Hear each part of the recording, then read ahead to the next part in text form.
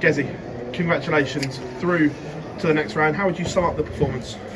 To be honest, I thought I was struggling through that game, but came off and seen the stats, and I averaged around 100, I think, which is decent. But yeah, I felt like I was pretty poor in our game in patches and didn't play particularly well. There's a lot more in the tank.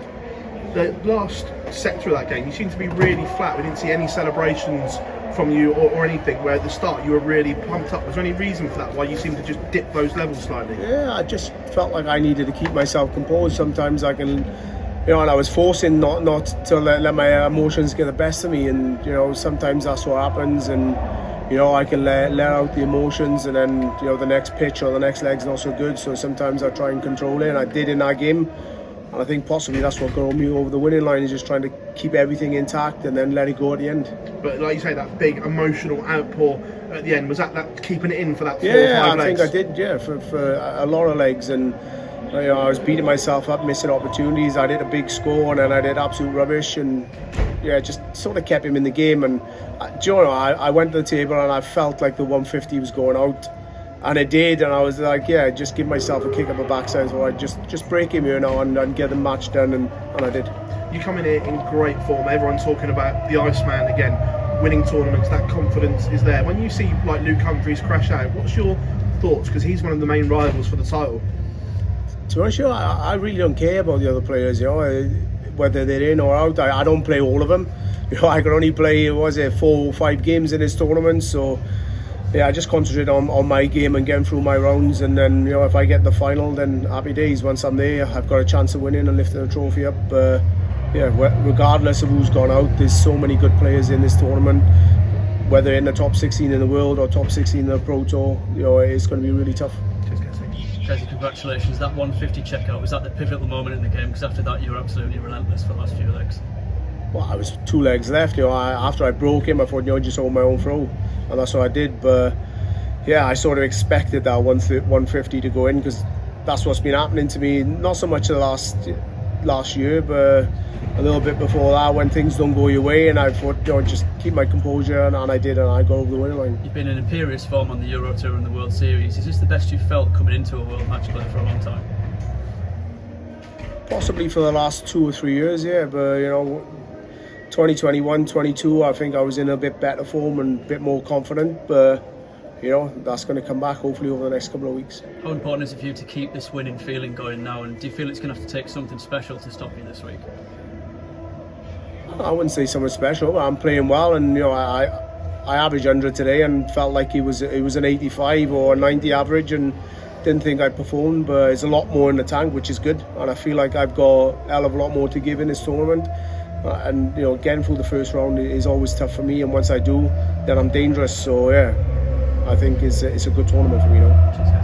Well done, Mike Gezi. How important have the last 2 or 3 weeks been to make sure that you've got that confidence and you've got that excellent form coming into this tournament, which is obviously the second highest pay pot in the PDC? Yeah, obviously it's nice to win tournaments leading up to any major, but to win a World Series, which probably ain't a major, but or a European, but it's 2 good tournaments to win and give you a little bit of confidence coming into a major, which is nice. And I'm full of confidence, and maybe if I didn't win them 2 leading into this, would have I come through that game? But I stuck in there right till the end. Even though I led, I still didn't feel like the game was won right until the last start. So those tournaments I've won leading up to this probably got me through. We haven't had the chance to reflect on the Premier League campaign yet. We know you said at the start you were looking to enjoy the Premier League a lot more. Having come to the end of that now, is that something you felt you achieved with that?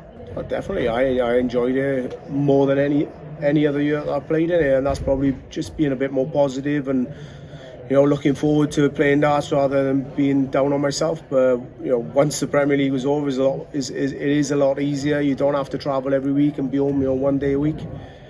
And once that was done, I know I find my feet and get a little bit more form. And if so, going into Poland winning that, and going up to Kiel winning that one, done well on the Pro Tours, and it's probably playing a little bit more as well, because when the Premier League's on, I tend to miss some stuff because it is busy. But the form's coming. Have you plotted that calendar sort of for the rest of the year? There's obviously a lot of major events, the end of the European Tour and crucially leading up to the World Championship as well? Yeah, well, it depends how you do it, doesn't it? If I win this week, then I don't go to the Pro Tours next week. But if I don't win it, then maybe I go. So it all depends how you do lead it up to it, other events. And yeah, I'd happily win this and take a week off, go to Tenerife for a couple of days rather than go to Germany and play some Pro Tours. But yeah, fingers crossed I can win this one and have a week off and chill out in the sun. No worries. Well done there on that win. We heard at the end there that the crowd was chanting your name, and that's not a new thing this year. It seems to be happening more and more. How nice is that feeling? Does that help you on stage, hearing that support? Oh, definitely, 100%. You know, you do get the odd boos here and there, but you know, over the last 12, 18 months, maybe 2 years, especially in Germany, a lot more in England now, which is nice, and the crowd's always on my side, and it does help. You know, rather than people booing you, putting you off, when they're right behind you in key points of matches, and it definitely helps and gets you over the win line sometimes, and I think it did today. In the past you've said that compared to a lot of the other guys, you're still quite new to the sport, and you said earlier in this interview about keeping that emotion on the stage to help you. Is that still part of the learning process, whereas a few years ago you might have just let it all out and let it affect you? Definitely, and I know if it was 5, 6, 7 years ago, that game probably could have got away from me and just slipped away. But yeah, I've learned to just try and keep my emotions intact at key points sometimes, and I did today, I think, in 2 or 3 legs where, yeah, my head was going to blow off, but I just had to keep it in. Today, thank you. No worries. Gezi, you came into this as 11th seed, kind of somewhat belies your form of play. Are you looking at moving up the rankings? No, for me it's just staying in the top 16. Nothing else matters, you know, the way the ranking system works now with Europeans and TV events, apart from the Grand Prix, I think you need to be in the top 8 to be seeded.